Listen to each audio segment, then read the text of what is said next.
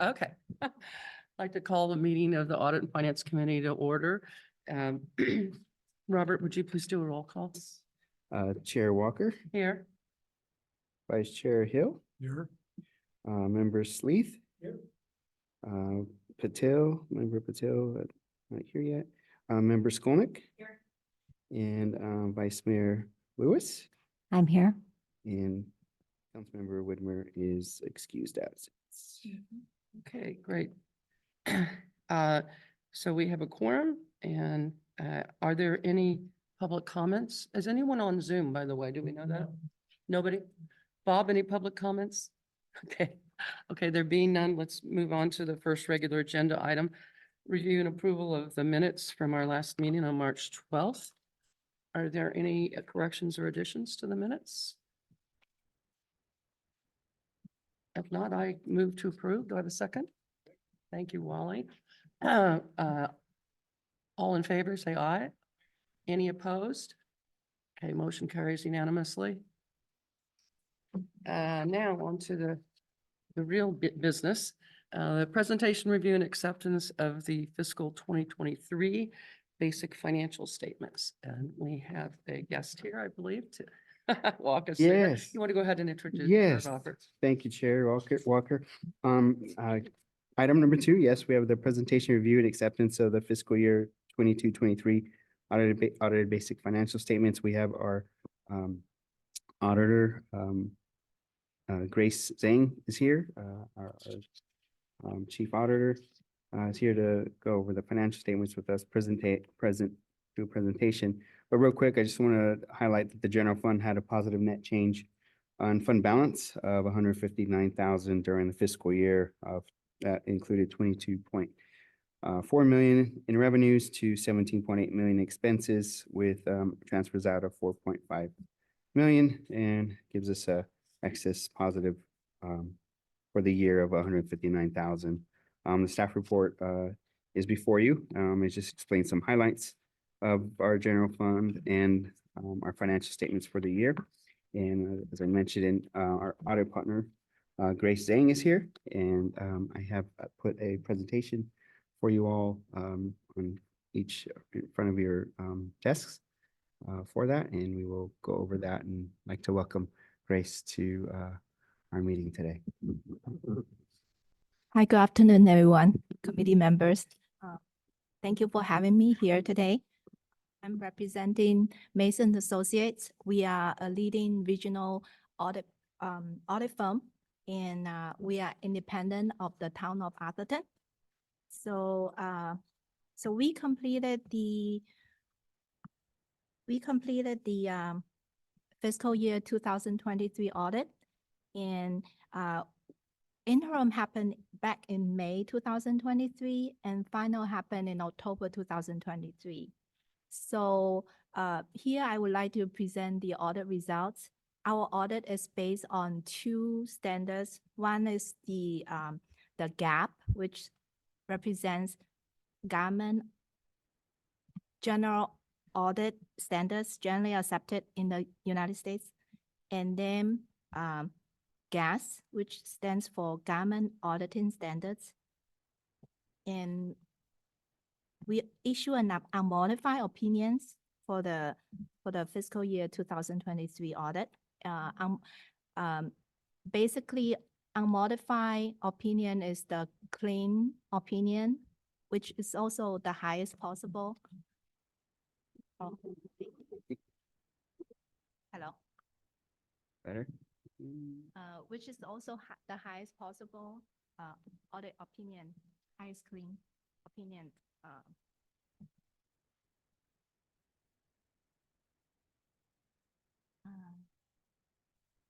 So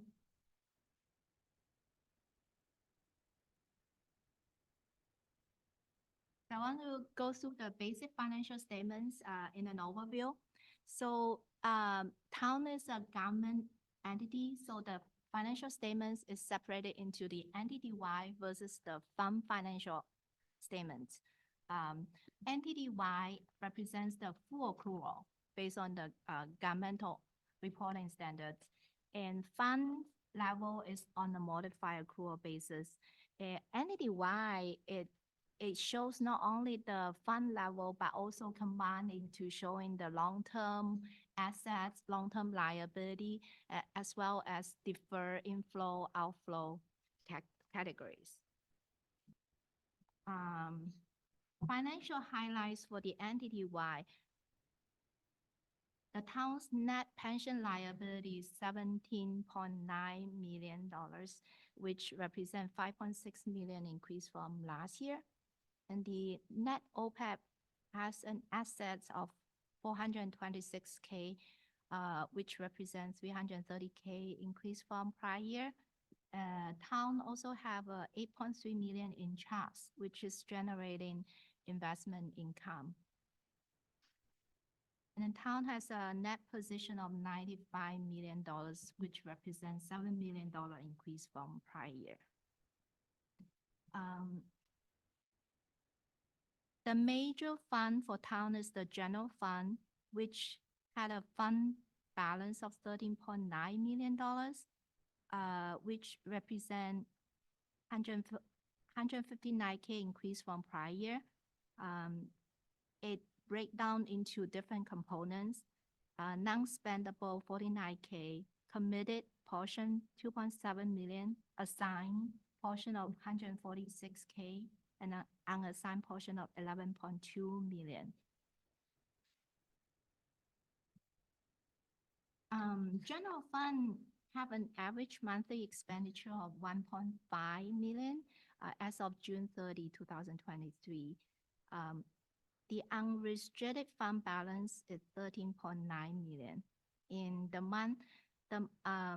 the months of expenditure then that can be covered by the unrestricted fund balance is 9.3 months, which is a quite healthy length. Together with the basic financial statements, we also together with the issuance of audit opinion for the basic financial statements, we also issued two documents, memorandum on internal control and require communications. So memorandum on internal control, basically, if we, during the audit, if we have any findings or any areas of improvement, we tend to incorporate that into the memorandum for your attention. For FY23, we have noted no material or significant deficiency. We do noted two other matters. One is the reporting timeline, and second is the still outstanding checks. So that concludes my presentation. I am here to answer any questions you might have. I just wanted to dig a little bit further on the first of the in your memorandum on internal controls of reporting timeliness. Could either you, Robert, go into that just a little bit more so I understand, how it happened? Are we understaffed, or we just, something happened that was unusual and we're going to fix it this year? That's it. Yeah. No, thank you. Great question, Chair Walker. The audit was completed as in May of last year, the interim, and again in October was the final. The reports were completed and done by mid-October, early November. Staff reviewed them, started reviewing them at the end of November and December. And I think it's just staff reviewed them and just didn't communicate that if there was any updates or changes to some of the areas. And then we started into the new year, and unmitigated circumstances occurred just for the year, as far as we started getting into mid-year, into the budget time cycle. So they were completed by the end of the review was done, but the MDA and just the finalization of just making sure everything was in there, and the reports occurred in April. Again, it's just bandwidth overextended on priorities, just the timing of where we were at the year and during the year. But it wasn't lack of, stuff was not, completed or the year wasn't closed. It was just, finalizing that. So, I understand the lateness, but, I believe that it's, something that is, unforeseen, circumstances extenuating circumstances during the audit, 22-23 audit. That I had personal, with stuff, but, yeah, I believe our department is fully staffed and is capable of moving forward and providing the timeliness of the reports. And we normally tend to present them by January to the finance committee. So we're adamant that we can produce that. That's good to hear. Yeah. We'll look forward next year to Yeah. getting back on track. Yes. And seeing an early draft in January instead of in May. Okay. Yes. Thank you, Robert. Thank Other you. questions for the Bob? You mentioned who does these referrals, mentioned the company that does referrals. No, it's GovInvest, correct. We get the reports through CalPERS and we present them to them. And they're an actuary. They're the same actuary that does our OPEB actuarial. And they produce the pension, the GASB 68 pension reports for us as well. Once we get the information from CalPERS, we forward it to them and then they do their actuarial for the deferred inflows and outflows. Correct. Yes. Yes. Yes, sir. Back to the reporting timeliness issue. I would have expected that when the actual audit is completed, that all the accounting adjustments would have been made before the auditor's audit, and that the only adjustments after that would be audit adjustments. Correct. And that is it all. When we go through the final audit, if there's anything that is material, there'll be a basic audit adjustment that they would provide for us at the end. We had there was one minimal one, and it was just a claims adjustment based off our claims history. But other than that, everything was final and presented to the auditor. It was just us reviewing the final production of the footnotes, reviewing them, understanding the numbers that are in there, and making sure that they were accurate. But yeah, everything was final when we did our final audit. And if they see anything that during that audit that recommends a adjustment, they will provide that for us. Okay, did you do the footnotes? Yes, we would do the footnotes that with typical? tandem. They do them, we review them.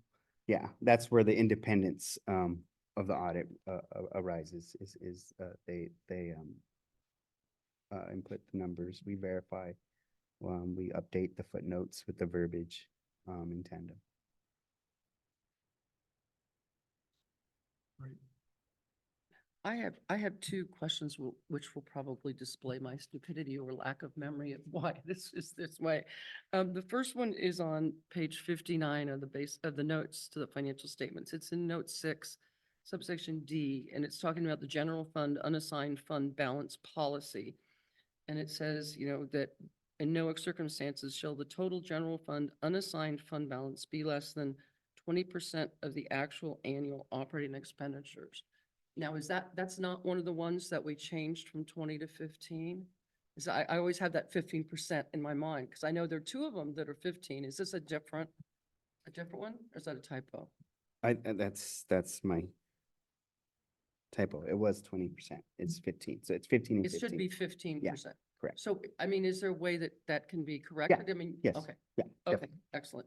And then the other thing I'm trying to figure out on page 70, also in the notes, in note 8, subsection capital D, and the first chart there, I'm used to looking at these sensitivity analyses and where you take it a percent less and then this percent and then a percent more.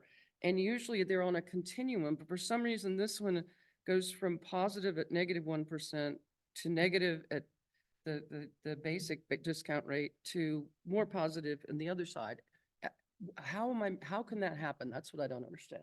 That's a good question. Oh, that it's a net asset of 426 currently, and if it was a negative, um, it's a positive, meaning it's no longer an asset. There's gotta be a sign that's. Yeah. positive. Yeah. Yeah. It should be a parentheses. So the one in the left column, the discount rate at -1 should be in parentheses. The one on the right should be in Oh, parentheses. the one in the right. Oh, I went the wrong direction. Okay. Correct. Okay. The, on the the right. discount rate, yeah, the discount Excuse rate me. that we have on the OPEB is 6%. That's what we have in the actuarial. Right. And, and that's what we, have in the actuarial, and that's what, that's at the present, value of what we have in the asset.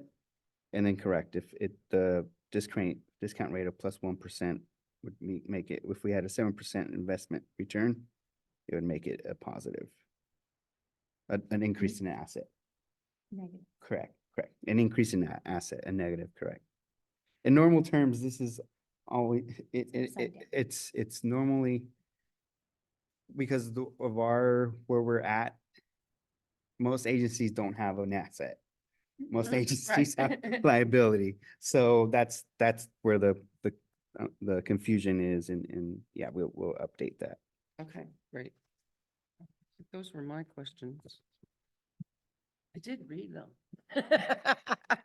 Yeah, no. Excuse me. Yeah, yes. Okay, anything else?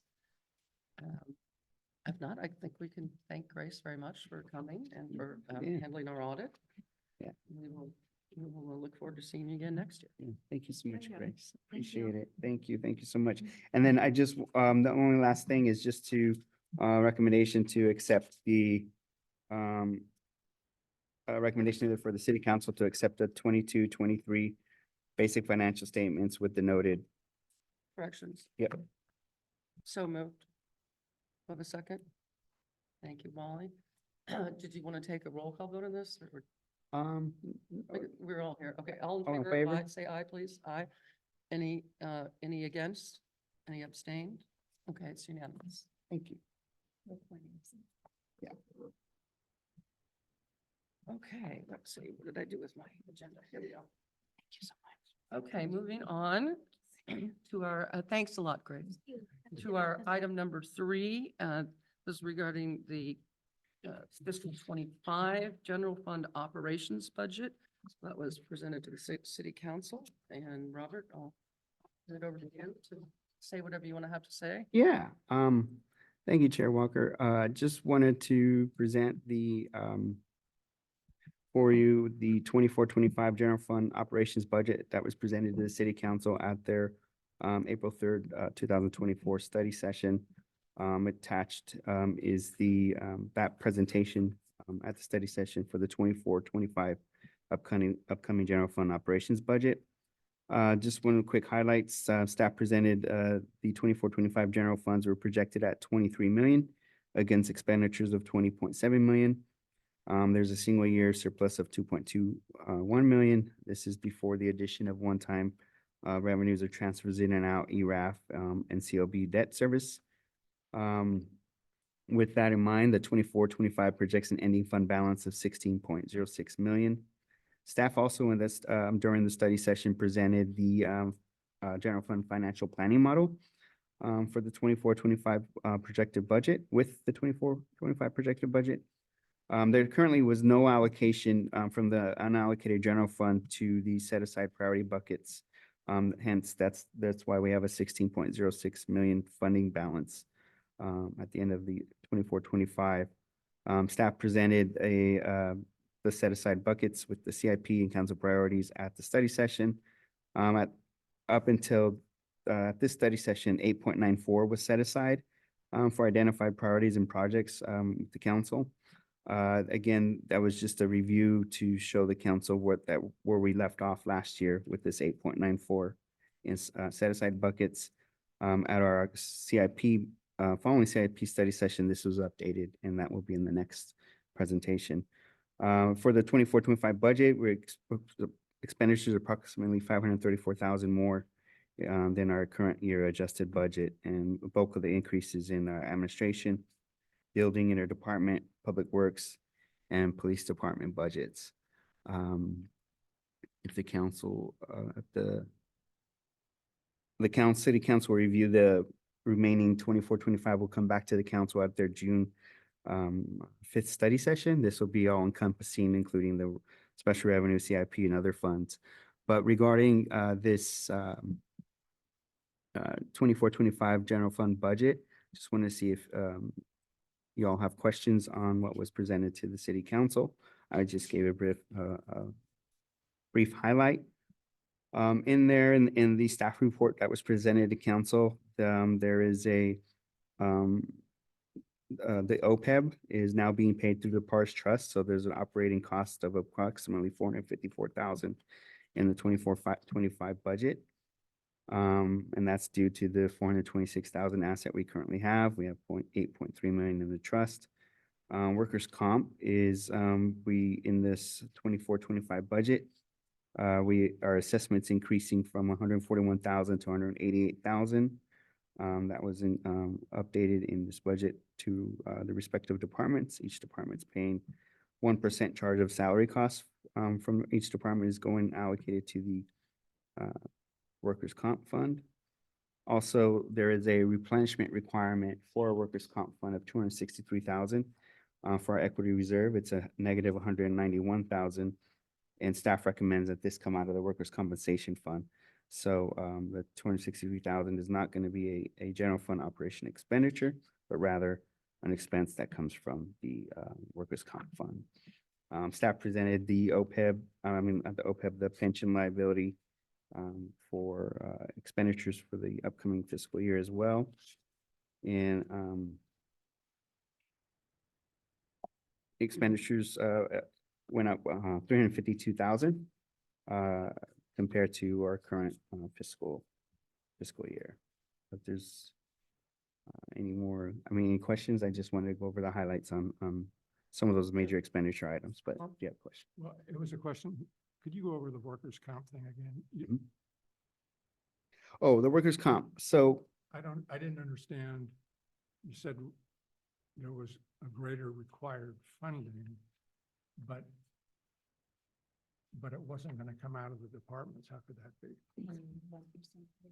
correct. So the workers' comp, we have a charge of 1% charge from the departments to workers' comp to pay for we have an annual assessment. So the annual assessments this year is 141,000. It's going up to 188,000.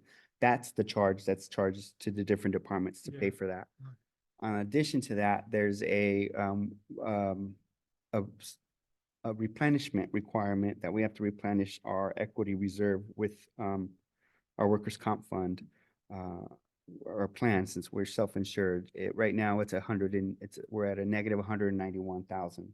So to replenish that 263,000, that's coming from the workers' comp fund, because there's enough And it's going equity built outside out. of the- Yeah, right. Oh, I see. Yeah. And, okay. And is it true that this 1%, which maybe this is the second year, is that right? Correct. Previous years, it was 7% for police department, 4% for all other departments. Because we had a history of high workers' comp claims in our assessment.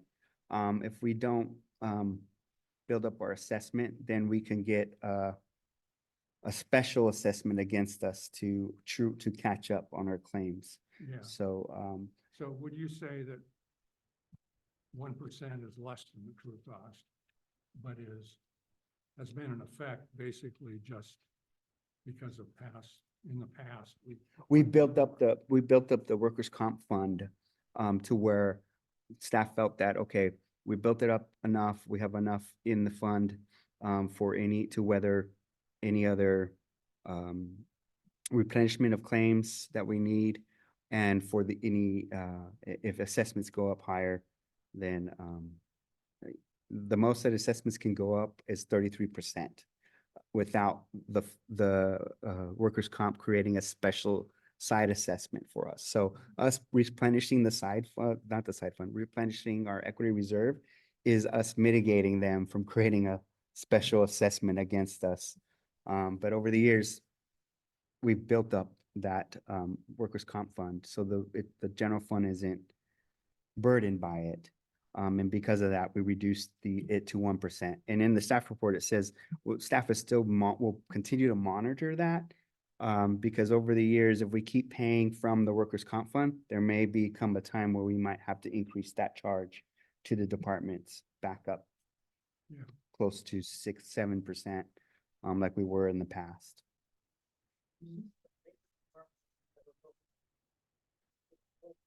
No, we're self-insured. We're part of a JPA. It's called the Cities Group, Workers' Comp. There's other agencies that are part of it, also, Hillsborough, Dublin, Foster City. We're all part of this Workers' Comp, JPA. No, we could go through the state, but the state, Workers' Comp is higher. It's like, we'd have to pay like 500,000 a year. But with this JPA and, you know, each city pays, has their own liabilities and reserves that they incur. And so, you know, we're being charged, what we've incurred in claims, for the town. Right now, there's 13 claims. The claims have gone up. The claims have gone down from 15, but the claims that have appeared, it has increased our long-term claims. Right now, we're at 937,000 in the current year. That's an increase of 357,000 from previous year. So the claims, though, don't seem to be in our, shown as a liability in the fund. No, they're not here, Yeah. but with our JPA. Because they're It is. covered by, Yeah, but ultimately, the claims are gonna come back in the future. If claims are awarded, they end up coming back, right? yes, correct. So Through this, increased contribution. correct, through increased contributions. And so the 937,000 is of 13 claims that we currently have. And it's increased because there's one claim out there that reappeared. And so they're drawing on our equity reserve. So what we have with them in our reserve is now a negative 191. And so we want to replenish that. And then we have an assessment, a yearly assessment of 186,000 in the 24-25 year. So that would also imply we're not affected by claims awarded to the other members of this. Correct. We're not. Ultimately, yeah. Ultimately, we're not. But it's basically this JPA is pooled where they handle the claims for us. There's operations, there's administration oversight that they do for us. So we all pay into that, Yeah. but every agency is responsible for their It's Sort claims. of like a buffer. Correct. We pay in the future. Yes. Yes. But yeah, I just wanted to point pointed that out at our April 3rd study session to the city council. You know, our biggest, you know, other than operations, it's OPEB, it's workers' comp, it's our pensions. And so, you know, illustrated that our you know, what our pensions will be, UAL will be for the upcoming fiscal year. Robert, Mhm. just an aside. In your packets was the study session, the whole study session, April 3rd study session information. And so all of that is on page 3 of that packet in the OPEB and workers' compensation, right? Is this what you're referring to, Yes. this section? Sorry, yeah. Yeah. Page 5 of Oh, 15. sorry, I was looking at 3, page 5 of 15.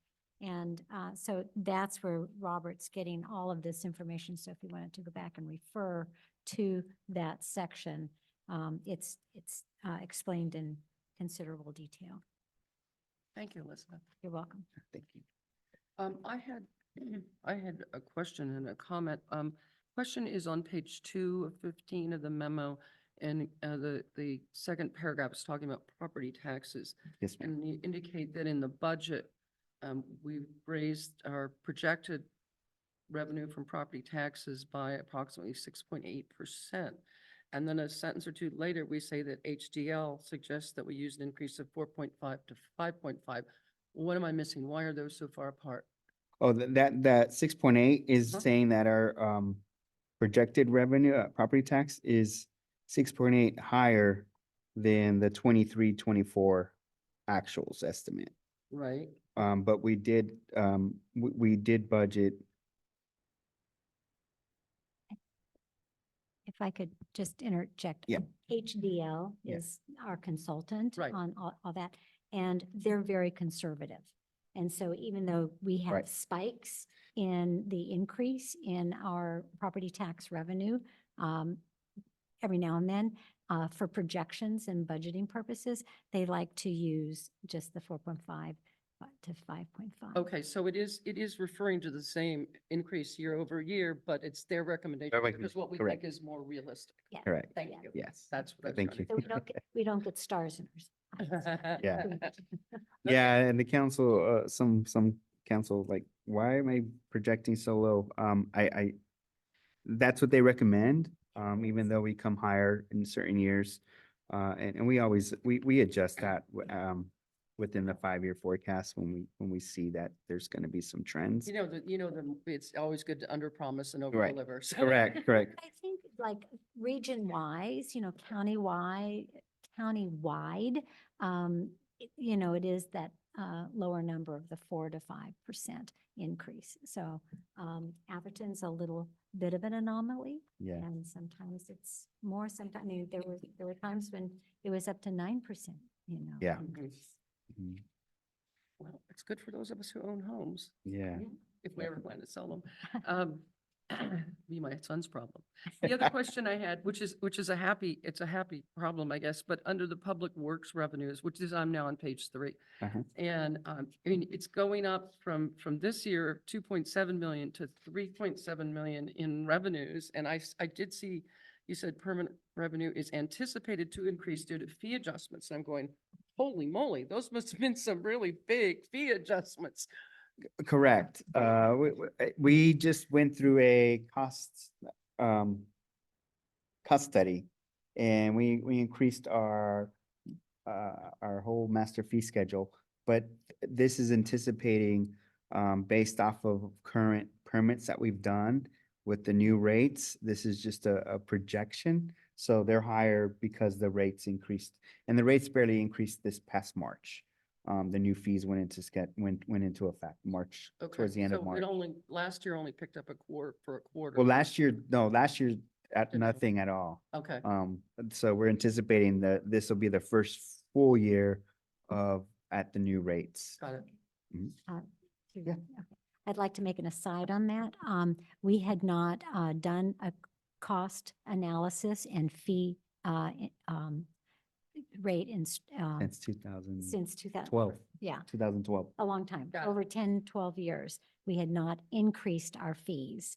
And so I think that overall, they have increased and they're still quite reasonable in lots of ways, Okay, even though, but for 10 to 12 years, we just left them as they were.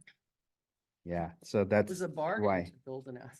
It was. Yeah. It definitely was for all these We years. kind of had our eyes on the prize of building this. And so, priority Got it. in lots of areas. Any other questions on this area? No? Okay, well, let's then move on to item number 4.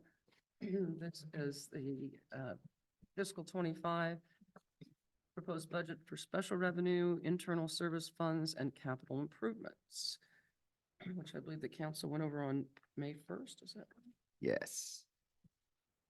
A lot of documents here. I apologize. Do you want to make some general comments, Robert? Yeah, I'm just trying to pull up my report real quick. CIP. capital improvement.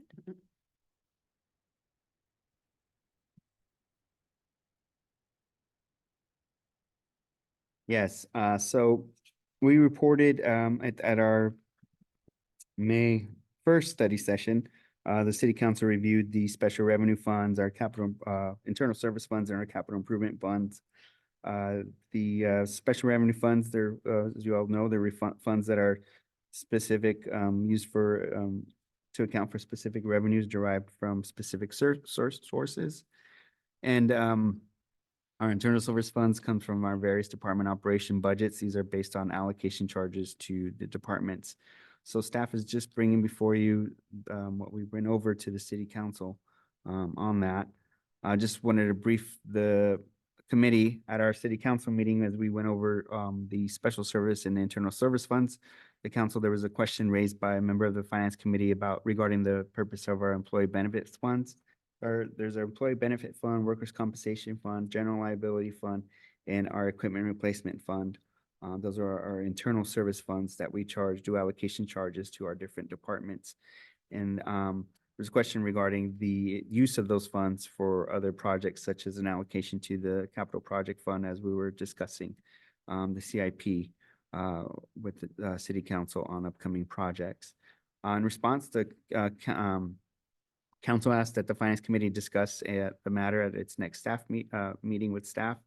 The employee benefits fund, again, as you all know, it counts for accrued compensation, benefits, vacation, sick time, holidays, and compensational time for all of our employees. And also our OPEB, any unemployment insurance charges goes into this fund as well. So the town has policies and programs in place for the payout of such benefits, and we use this fund for that.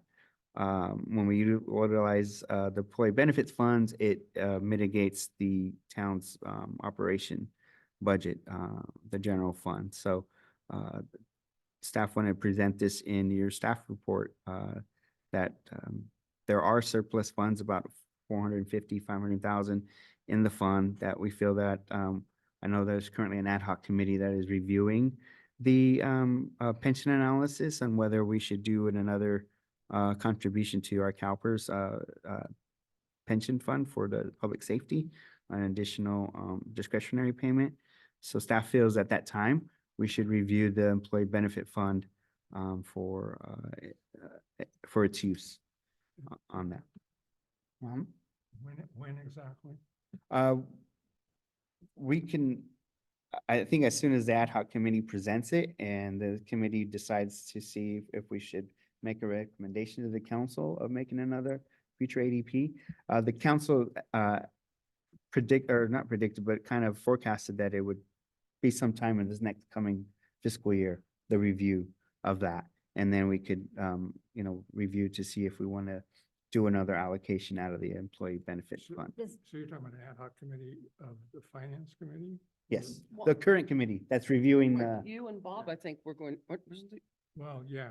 We're gonna review, we're make a recommendation. focusing on the UAL. yeah, Okay, But this is part of, when I brought it up at a council meeting, it had to do with the amount of cash that we have in that fund mhm, and whether it could be transferred to the general fund and it could be used for whatever, but in my mind, it was a way of funding CIP the stuff. UAL. Oh, the UAL.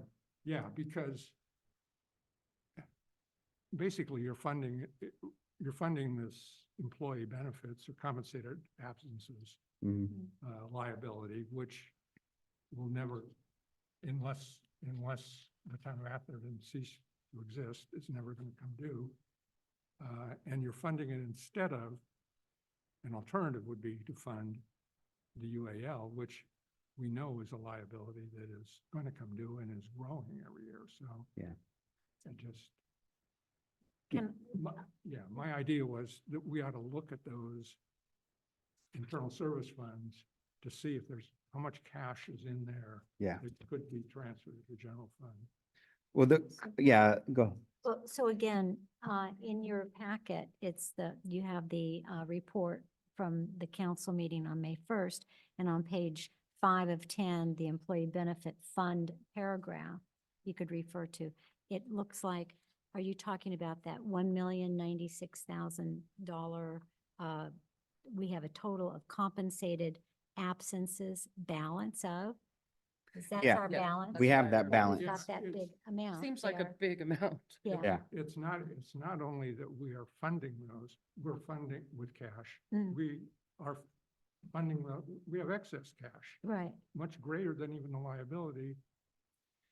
My argument would be, we need very little, if anything, to cover that liability because it isn't going to come due. All at once. And in my mind also, there's an issue of whether we ought to be using an internal service fund for employee benefit for compensated absences at all. Have you all Yeah. met? No, No, but that wasn't something that Bob and I were Yeah. charged with doing. right, Yeah, right. yeah. it's totally Oh, separate. Yeah, and the recommendation is we still feel like, staff feels that the employee benefit fund is still used for these, the reasons for OPEB. We use it as when we were, allocating funds for OPEB, we accumulated in this fund. And then also with the vacation and all that, yeah, we have $1 million, compensated absence balance. Of that, about half of that, it was in the financial statement, half of that is what's due in 1 year. The rest is due in more than 1 year. But, we do allow employees for, vacation payouts, program for when they cap out on vacation time, to cash that out. We also, when employees do retire or leave, if they leave the town, that any unused vacation accruals that they have, we pay them.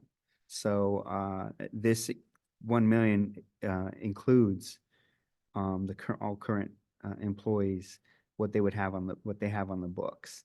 And if some leave at any certain time, that's what we cash, when we cash it out, we pay it out of this fund to them. $10 is not tied specifically to how many weeks we're obligated. It's built up because we're taking, whatever it's 3%. Mhm. It's just a number. It's built up. Right, for what's on the books. It's the number at the end of that fiscal year that was on the books that we had to account for. Compensated absences. Physically, absences Yeah. could be paid. Yeah, it's not, no, it is as a percent, but that's because the way the liability is set up. So we fund it as a percent because, as people use it, people accumulate. So, that's just to ensure that when it gets replenished, that it's not all a burden on the general fund. Like say, okay, if the compensated absences was 1.5 million and we only accumulated maybe 250,000 that year, we're probably another 400,000, 350,000 short. That would have to come from the general fund. But right now, the money's coming from the general fund anyway, going into. Right, but- So to but me, when it's if- just a budget Hmm, gimmick in a way. hmm. Yeah, it would make it more likely to miss your budgets because some of this cannot be anticipated or Mm. some can. Well, it But look- it would eliminate the need to set aside cash to Mhm. cover it. Well, it's cash in a sense because it's in a fund, it's separate. Yeah. And I think that just like with our OPEB, when we set aside, it's a liability, but we set aside funds that we had set aside into this fund before we funded the trust. We funded the trust out of what we accumulated over the years. We moved it to this fund, so it wouldn't be obligated from somewhere else in the general fund. So when we funded that first 5 million, we moved money from accumulated money initially into this general benefit fund. we moved it there over the years until the council was ready to move that to the trust. Right, and we moved it. Well, we moved it as a allocation from the general fund. But, okay, that makes sense to me.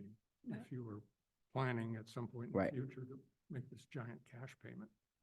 But Yeah. compensated absences are different. So Anyway, can I just point out one more thing here? I guess Robert and George and staff have predicted or projected expenditures for fiscal year 24-25 out of this fund, to be about 345,000.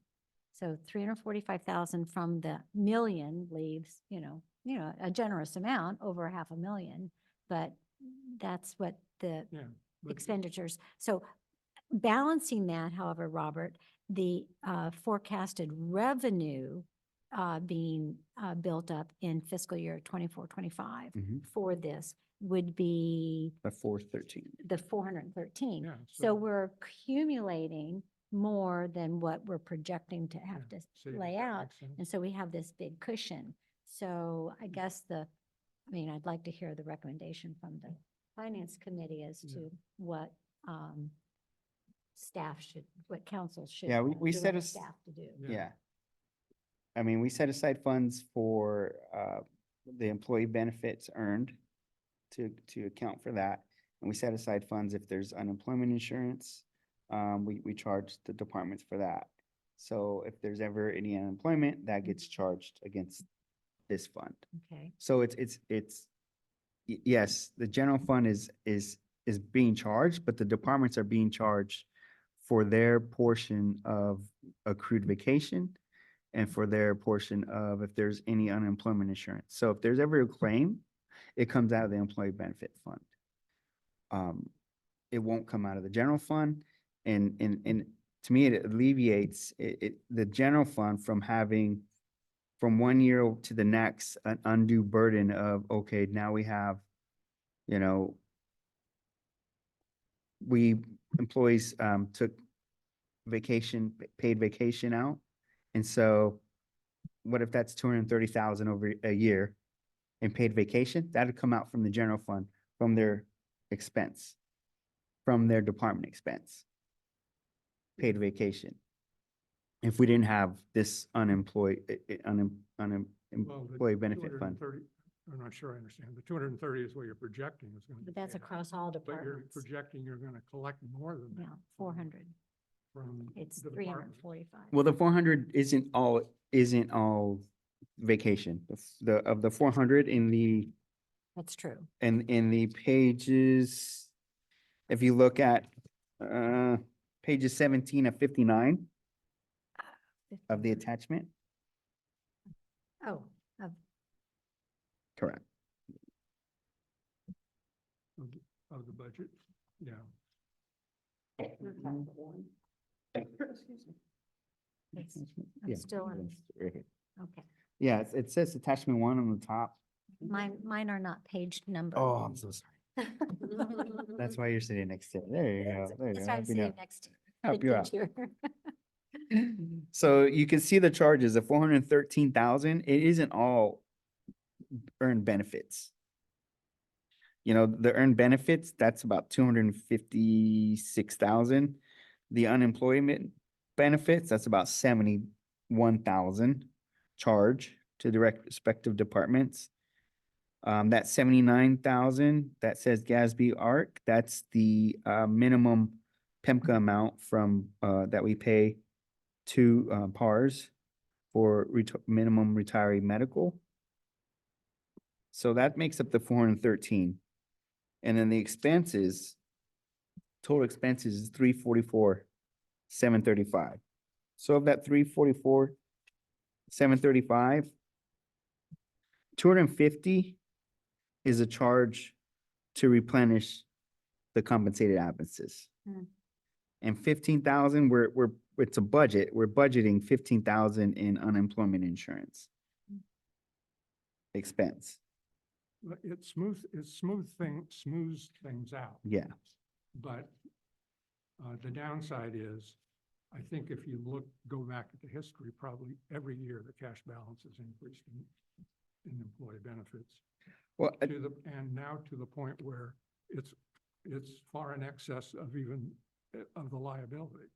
So the cost has been the trade-off. The downside is this money is not available in the general fund anymore. It's just tied up in a bank account rather than, to me, it would be preferable to use it for either the UAL right, or the council could decide some other priority. right. you know. No, and staff understands that, and staff recommends that, you know, if it, because it's part of, in this fund, you know, and the council can decide how they want to use it. But staff recommends that a currently based about maybe 550,000 could be used as an allocation to an additional UAL payment or a set aside for accumulation like we did with OPEB. You know, 450,000 set aside in a rate stabilization fund in this year. And then we can review it next year. Maybe, okay, there's another 250, maybe we can add and then accumulate it. You know, for UAL.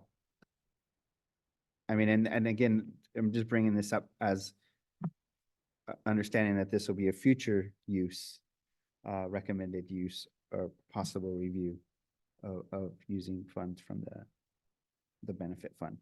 But still maintaining at least the required compensated absence balance in cash. But even if, I just make sure I understand, because I think we may be in violent agreement here. On page 2 of your staff report, you actually point out that there are surplus funds within the employee benefits fund in the amount of approximately 450,000 to 500,000. And Robert has suggested that once the ad hoc subcommittee about the pension analysis completes their analysis, then that would probably be the right point to return to this and say, here's some money that we really don't think we need to be where it is, and it could help us a lot somewhere else, maybe doing you know, a payoff of the UAL. Does that make sense? Well, I think it's potentially more than 400,000. And I think Tom's point is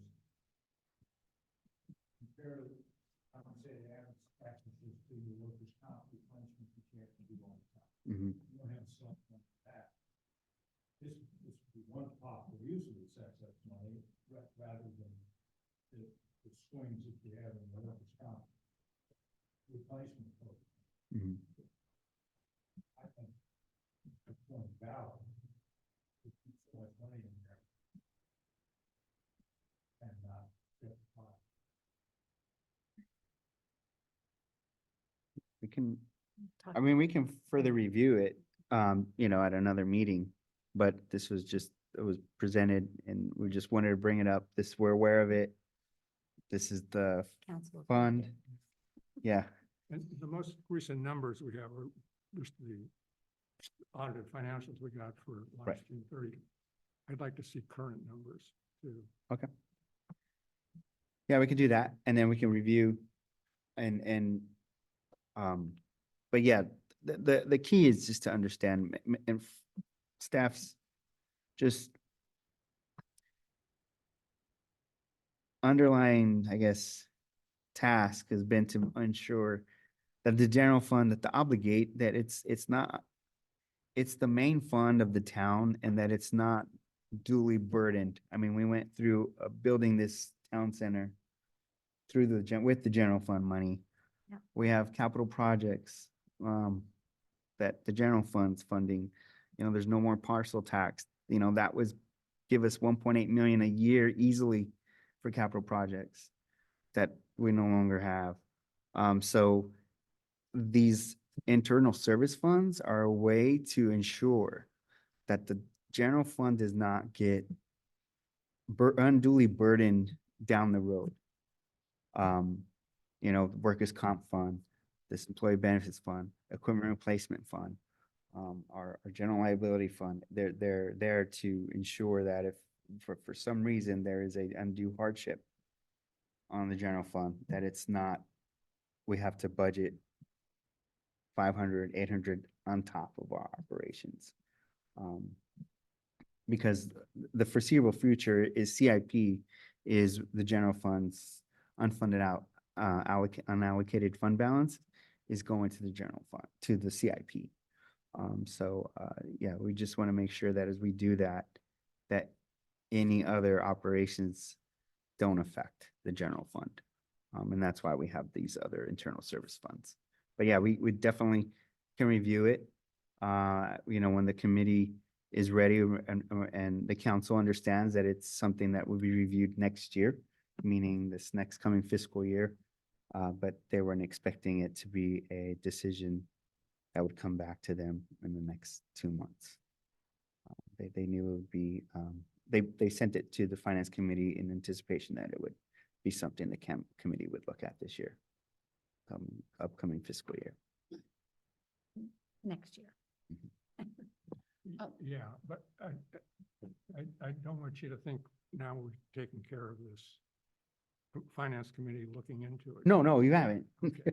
No, that's what I'm saying. We're bringing it back. And I- Once, Back Let, to let me, let's council. talk timing just a little bit. So Tom and Bob, when do you think would be the right time for you to come back as a subcommittee with your recommendations on the pension?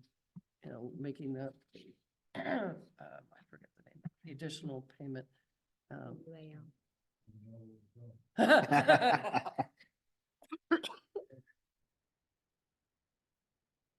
Kind of spreadsheet I was gonna hand out, but I didn't know whether I could do it during this meeting, not agenda. Actually closing. But we're to the point now where within the next week or so, we'll have the list of Oh. questions. Mr. Oh, Polito, you can sit up here. I'm sorry, you've been talking and Oh, dear. no mic. Yeah, no, right. Realize. I know, but since we're recording. There you go. You can sit there. Yeah, now it's on. So our goal is to become the most knowledgeable, non-actuary human beings in California on pensions. And we are a long way from that Yeah, right now. So, but our thought, Robert, and I haven't bounced this off, I generally did, is we'd like to compile our questions, which would include questions from this group once they see the data that we put together, and get a video call with our actuary Mhm. and go page by page through the 22 actuarial study, as well as page by page through any ancillary questions we have until we have all our questions answered, so we can be a little more informed and informative to the group. But under no circumstances do I think we would recommend another contribution until we get the updated CalPERS actuarial, which we'll have August. in August probably. Okay. So Bob, do you think it would be helpful to at least just give us a little update, maybe at the July meeting on where you stand and what you still need to do, or you just want to wait until you're finished? Oh, I think is that that's the next meeting? Yeah, we can do that in July. July. We could do an update then. Great That'd be suggestion, great, just yeah. so we can kind of keep in the loop a little. Either we'll be able to do an update then, or we'll have quit. Okay. Fine. Okay, don't Yeah. do that. Don't do that. Bob, Great, I was would it be thinking that. fair to say that our problem right now is you and I don't really, from looking at the numbers, don't really understand why the UAL has gone up each and every year as much as it has, and why the total liability has gone up as Correct. much as it has. And that's what we're trying to It understand. boggles the mind. Yeah. And it seems to me that communicating that understanding is kind of key to the council deciding it's worth it to put more money into Mhm. the I agree with you. UAL. Yeah. I really agree with you. As I don't, So you didn't really answer my question. Should I distribute this after the meeting? We close this meeting? we're not gonna. Well, we're not talking about it. I mean, would would it be better if we did it maybe in July when you do your update? No, I want to solicit commentary from this group. And if they have specific questions or comments as part of Yeah. our fact gathering.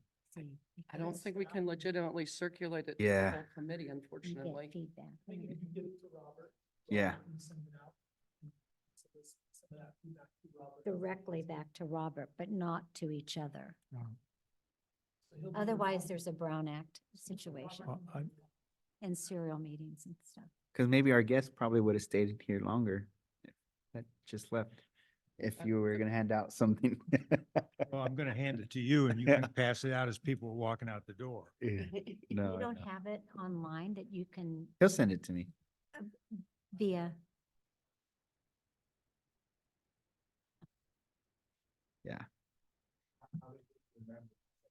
Okay, we'll do that. We'll make it happen.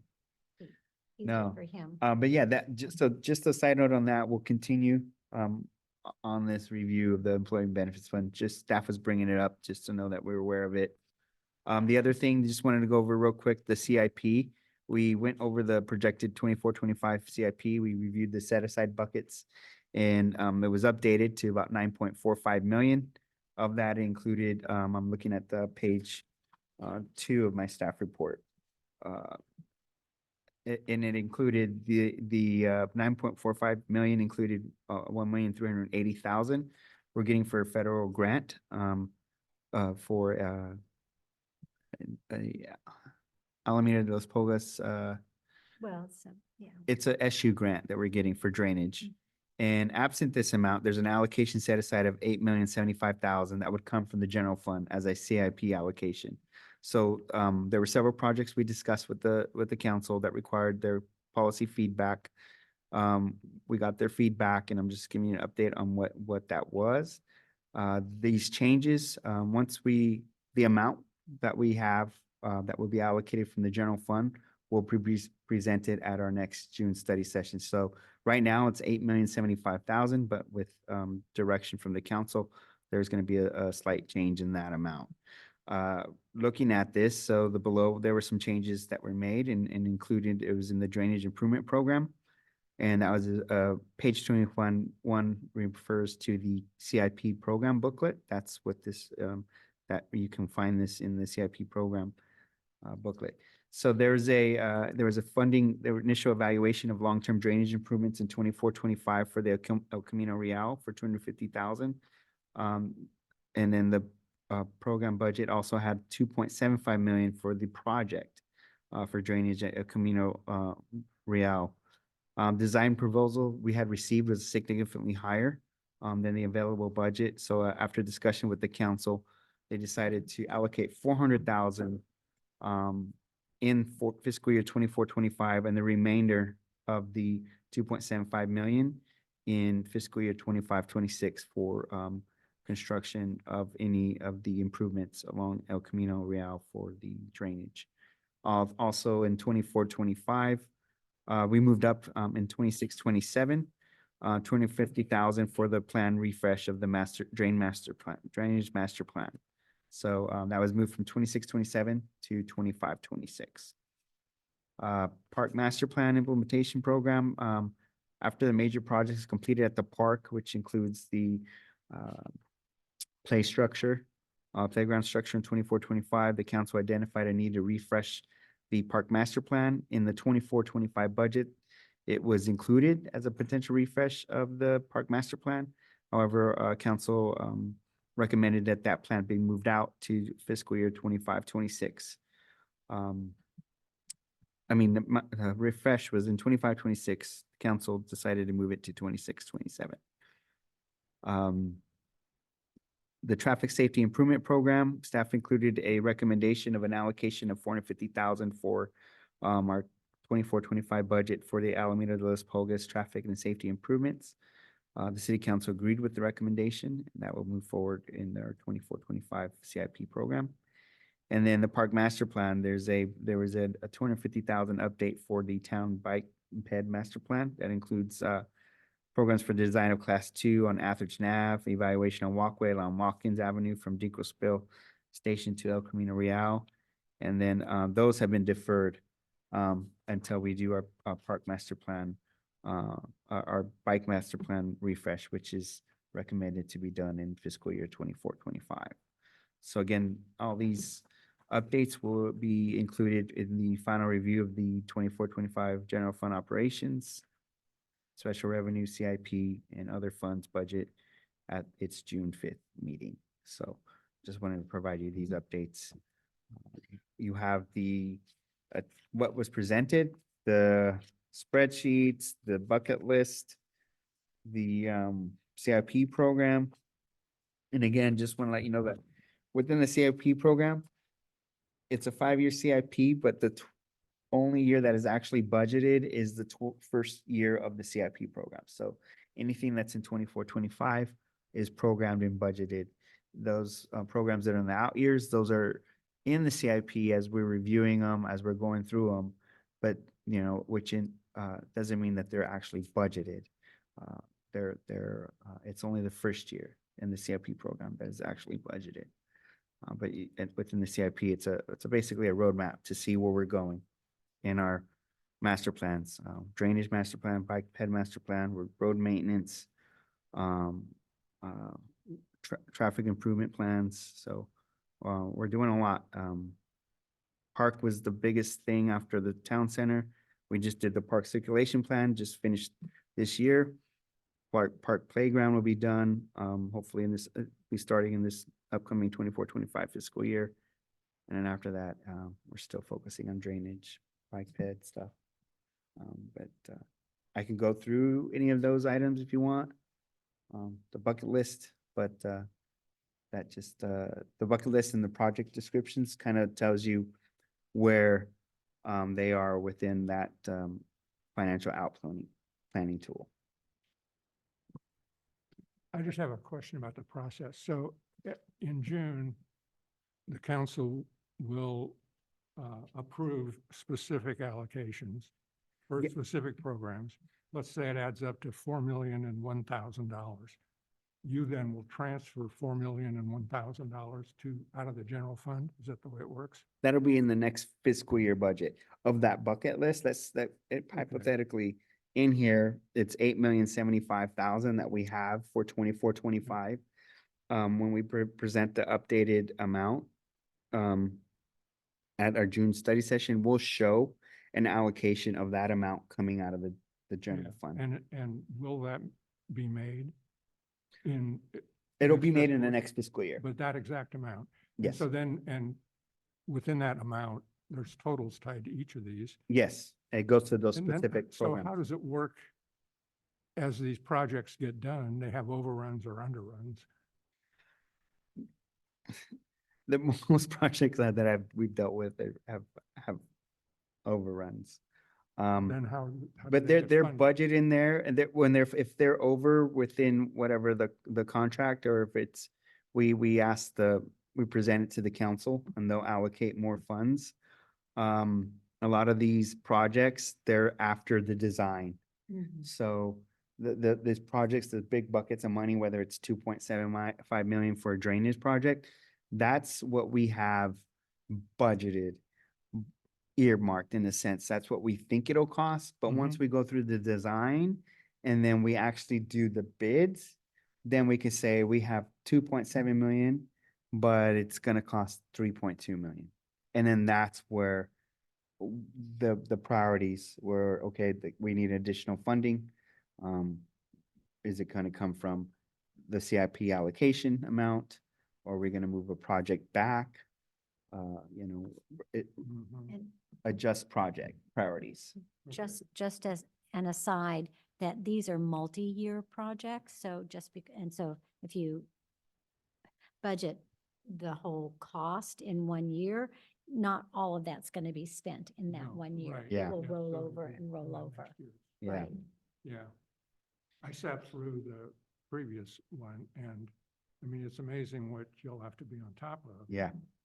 Just sitting, listening to it cold, it just seemed incredibly complicated, and I don't know how you decide what to do. Well, you know, there's a little secret. Robert lets us, before the meeting, come and do a little mind meld with him. Just like Star Trek, but, you know, so that we have this, you know, insider information Yeah. that's transmitted. It's a team effort. It between George, Robert, our public works director, everyone, I mean, right here at the town, it's a team effort to manage it. You know, projects, you know, we anticipate projects to get done, you know, designs to get done on time, designs don't get done on time, and then, you know, because we're having to deal with, we're using outside consultants, engineers to do the designs, and sometimes their designs we don't get them in time, or priorities change on the design, but we bring back a 50% review of the design, and then we decide, oh, maybe let's add this to it. And then we send it back to them, and then they bring it back. And then the engineer estimate on the design says, they'll estimate, oh yeah, the project will cost about $1 million to do. Wow. And then when you go to bid, it's not even $1 Design. million, you know? So, that's what we're dealing with is. Just another little background, Robert, sorry to interrupt No, you, you're is good. that so many of these projects have been, like, we have to go back out and do And public outreach. a drainage master plan again, because that drainage master plan was created probably 10 years ago or more. I've been on council for 16 years, and it was way back a long time ago. And so it has to be refreshed, because so many have been put on hold while we put the focus into building this Yeah. building. And because we weren't going to get financing, we had to do public donations, as you know, and then we were able to get some financing to push us over the edge here. But so that's why we're kind of going, oh my gosh, you know, we're doing all these projects all at once. I mean, they really are kind of a list of wishes Mhm. that have been brought over over time, you Yeah. know, neglected. So we'll try to be as prudent as we can and do the important things first. And what we hear from the residents is that flooding and drainage is kind of top of Mhm. list. And then the park. There seemed to be a lot sort of left in the air on the May 1st meeting. But that's all going to come together, and there's going to be an approval of specific things on this June. Yeah, the June 1st, Yeah. we're presented to the council for final review. If there's any last minute changes, that'll be done, and then Yeah. that's we it. adopt the budget 2 weeks later, hopefully. I mean, it's a quick turnaround. It's got to be done by June 30th. Yeah, Otherwise, so, they take our birthdays away. so yeah, it's a quick turnaround, but a lot of these projects take a lot of like community input, like for instance, the playground. Yep. Is gonna have a community input meeting at the end, I think the 29th of this month, 28th of this month, so there's a preliminary design, and now there's gonna be a community input on it, so. But yeah, Big deal. it's a lot going on, but yeah, so at the June meeting, study session will be listed also as a joint study session, so council, June 5th. Oh, it's June 5th. I thought it was June 29th. June. No, for the park, the park thing, or you're talking about the study session? What you were saying, I thought I'd like to go to it, but when I looked at the calendar, it didn't seem to be a good day to. Oh, so I think what I was talking about was on the 29th. Mhm. Is the park is gonna at the park, they're gonna have a community meeting to review the playground structure, the new playground structure. So there's gonna be there's mailers in the works now that'll be mailed to all residents, so you can see that. There will be email blasts as well for members of the public to attend, to get input. And then the second thing I was talking about, the June 5th study session, we're bringing back everything all back together. The general fund operations budget, special revenue fund, internal service funds, and the CIP. Back to the council for one final review. And if there's any changes at that June 5th meeting, I was saying that would be a quick turnaround, because our next our budget adoption is 2 weeks later on June 19th. There's a joint finance and council meeting On the 5th, on that study session. on that study session, Mhm. June 5th, Wednesday, June fifth. yeah. Wednesday, June 5th, and we. to review all of started- this. Yeah. Yeah, so to review everything, what's changed. And then hopefully, yeah. An allocation will be listed in this general fund to allocate to these out your financial planning buckets based off of CIP review. And then we'll go from there. So So, we yeah. have one more thing on our agenda. Yes. Although it's a joint meeting, I don't I- really I see a have to role leave for the at finance 2:30, committee but I'll on actually have input on somebody this thing coming here because at it's just something that we haven't been involved in studying whatsoever. With what? But it, in the June 5th meeting, the joint one. But I think it's good just to be aware of what's happening. I think it helps us understand the Yeah. final budget that. Yeah. Right. Yeah. And then, yeah, so that's that. And then real quick, item number 5. If I can move on to the Please. next slide, sorry. Okay. Okay, thank you, Anthony. So this next item is the review of the PARS trust balance, OPEB liability, and discussion whether to make the fiscal year 23-24 actuarial determined contribution to the trust.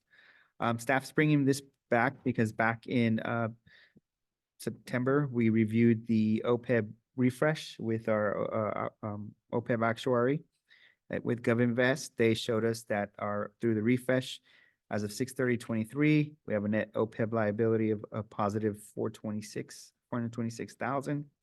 So the roll forward showed an increase in liability from 7.7 million to 7.8 million, but our fiduciary trust went from 7.8 million to 8.3 million in the trust. At that meeting, it was discussed that, based on the increase of net OPEB asset to 426, the funded ratio was 105.4% on the OPEB liability, meaning we're overfunded. So this reveals that the net position of 8.3 million of the trust was adequate for the funding of the current liabilities of 7.8 million. So there was the continued discussion whether the ADC, which is the normal cost and the UAL amortized payment cost on the OPEB liability, is the ADC is the recommended amount that we would pay every year to maintain the UAL, the amortization costs. So the 23-24 ADC at the time is 119,709,000. Based on this discussion about the asset income, the committee held discussions on whether we should fund the ADP payment for fiscal year 23-24. So at that meeting, it was recommended that the committee recommended that the council should not make the ADC payment for fiscal year 23-24 at the present time.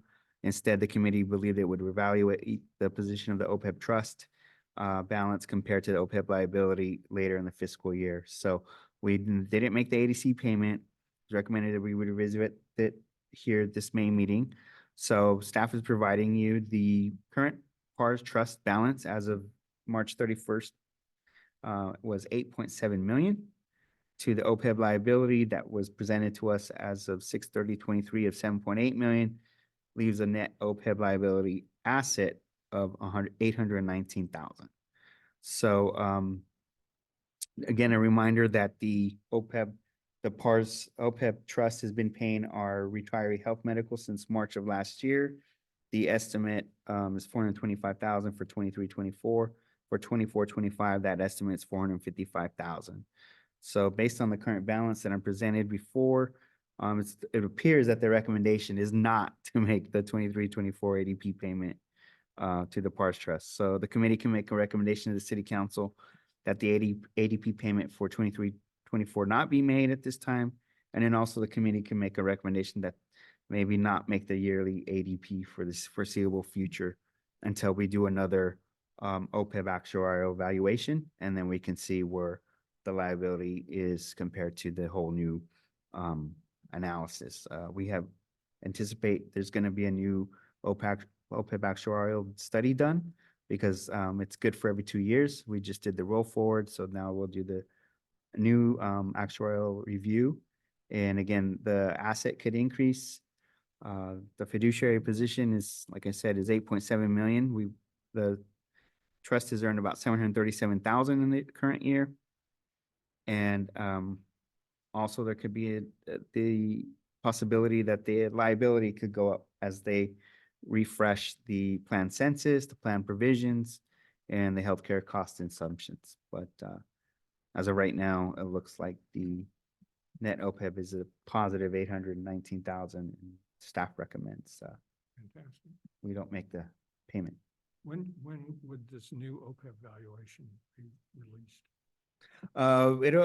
We're starting on it. It probably won't be done till August. Okay, August. So we'll bring it back in September. It'll be done. Yeah, by August. So bring it back September, hopefully the September meeting, and you could see what our liability is compared to what our net position is. We've earned 737,000 this year. In previous years, we've lost $1 million. So, again, it's based because of this trust is an investment. So, yeah, I think we're comfortable with not making the ADC payment. I think maybe not making it for the foreseeable future, maybe another year. And then I think the actuarial report will have some adjustments. The liability should go up, but I think based on the net position of the trust, we should be still okay. So Yeah, do we need a formal motion to be voted on by the committee to recommend to the council? Mhm. Okay, I make a motion that we recommend to the council that they not make a payment of the, let me get this phrase right. ADC. Yes, the actuarial determined contribution, which was recommended by the professional firm, that we not make that this year and that we reevaluate the situation in September after having seen the actual updated OPEB valuation. That Okay. makes sense. Is there a Mhm. second for that? Okay, well, is that, all in favor? all All right. right, any opposed? Oh, okay, motion carries. Great. Thank you, Robert. Well, thank you. That's pretty much it on the thing. I just have quick highlights on that's of the agenda. So on the agenda, I had the Update. items 6 and 7. There's updates on the CalPERS funding mitigation policy. Can't speak right now. The funding risk mitigation policy I presented in our March meeting that they're reviewing it, the Finance and Accounting Committee for the PERS and the CalPERS board were reviewing to whether that they should remove the automatic calculation if there's a funding rate mitigation event, like we did 2 years ago when the plan earned 21.3%. It triggered the funding mitigation policy. So it went before the CalPERS FACT committee, and they recommended to the board that they remove the automatic reduction in the discount rate when there's an event that occurs. The board reviewed it. They recommended that what was presented. So the funding risk mitigation policy is in effect, but it's going to be reviewed. Every time there's an event, it's going to be reviewed by the CalPERS board first before they decide to reduce the discount rate. So anytime the discount, it's above 2%, the investment return above the discount rate, that it'll come before the board to review to see if they're going to make a change in the discount rate. There's no more automatic reduction anymore. So I just wanted to bring up to speed the committee on that. I attended the April meeting, in stakeholders meeting on that. So it was good to see that it went before the board and the board approved the recommendations from the stakeholders. And then number 7 is an update on future engagement meeting with CalPERS investment actuarial staff. I had a meeting with the investment staff and the actuarial staff with CalPERS 2 weeks ago. Trying to get them to come out here to do a presentation on the investments and the actuarial presentation. They're under the sentiment they want to do, was trying to get them for the July meeting, but they want to wait till maybe, actuarial is busy right now, because they're getting ready for the fiscal year end, but they want to come and present in September. I'm trying to get them to come here to present, but they want to do Zoom. But I think they're just afraid to get eaten by the wolves. Sacramento. Yeah, Sacramento. So I'm working, yeah, I'm working to try to get them out here. I just, yeah, I want them to be out here. It'd be great, but right now as it is, they're looking for our September meeting, and they're asking it to be a Zoom. I'm gonna plead with them to come out here, and I'm gonna plead with them and tell them, you're not gonna be eaten by wolves. So, I hope they do.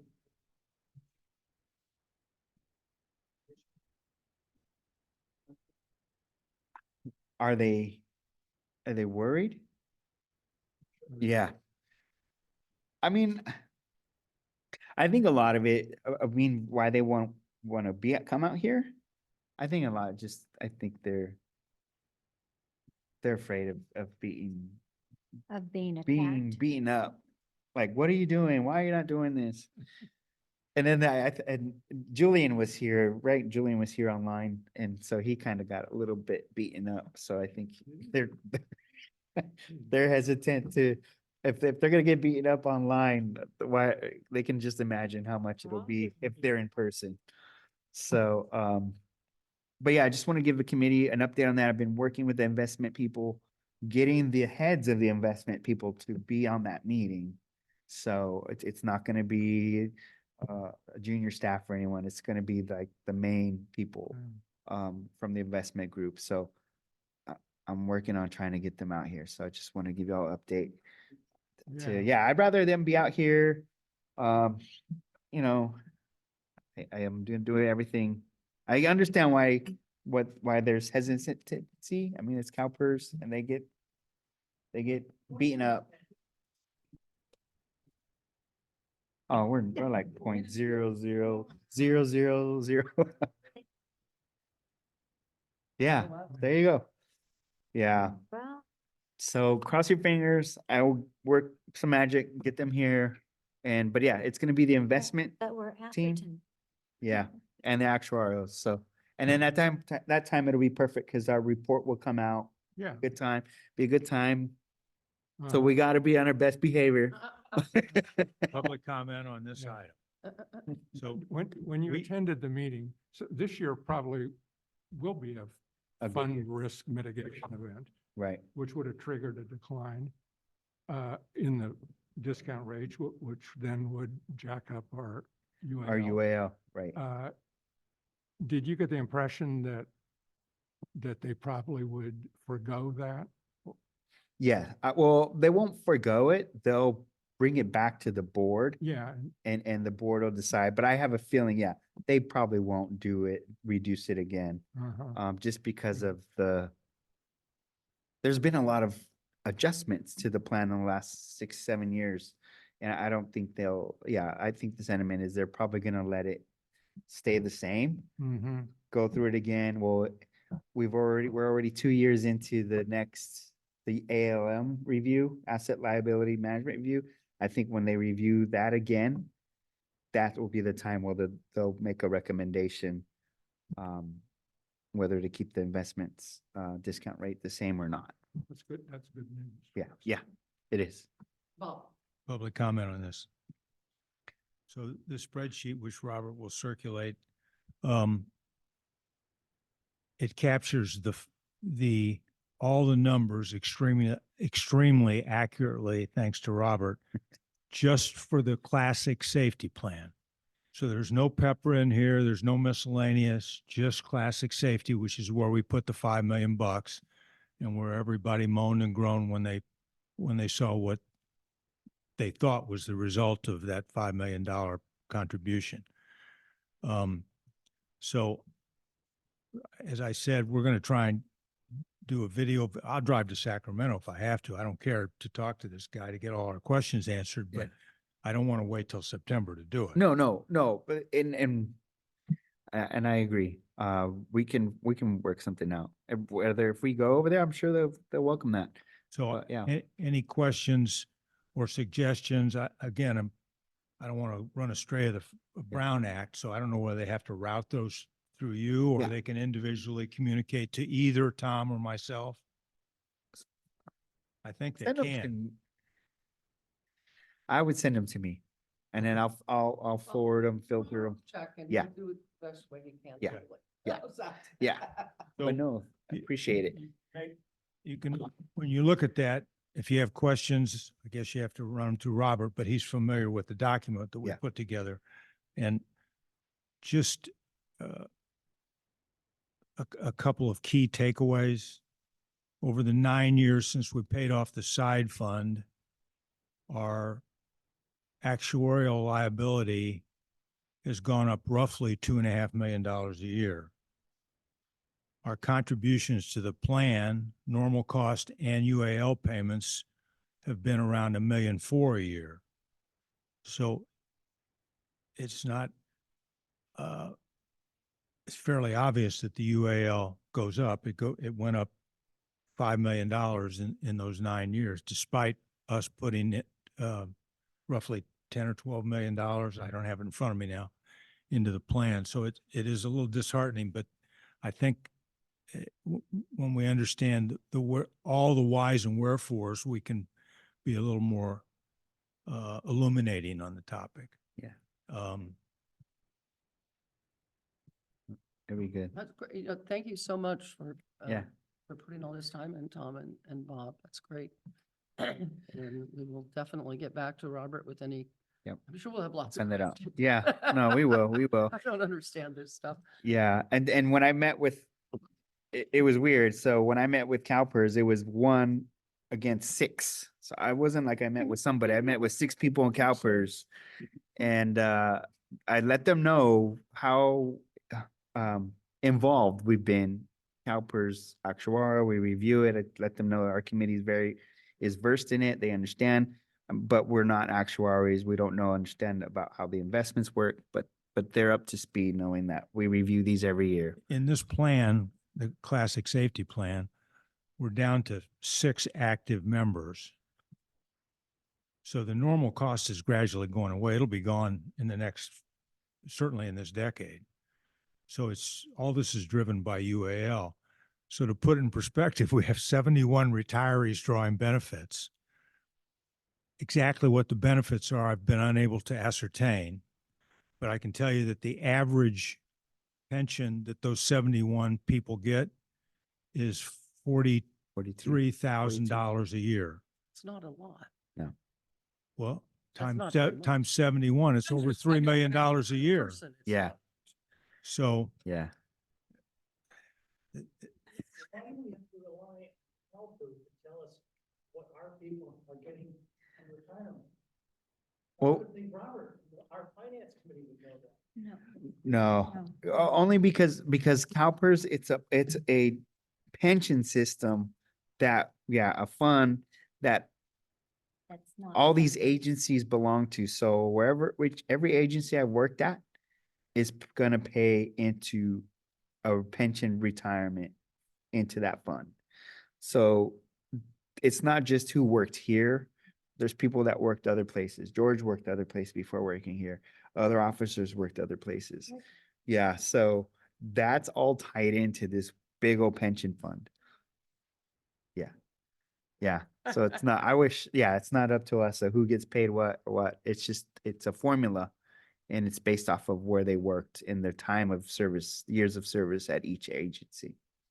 So Yeah. just quickly on number 8, future committee meeting topics, I was just jotting stuff down, and Robert, what I took notes on is that we'd like to get a progress report from the pension subcommittee, whatever we're calling Bob and Tom, as sort of an update at our July meeting.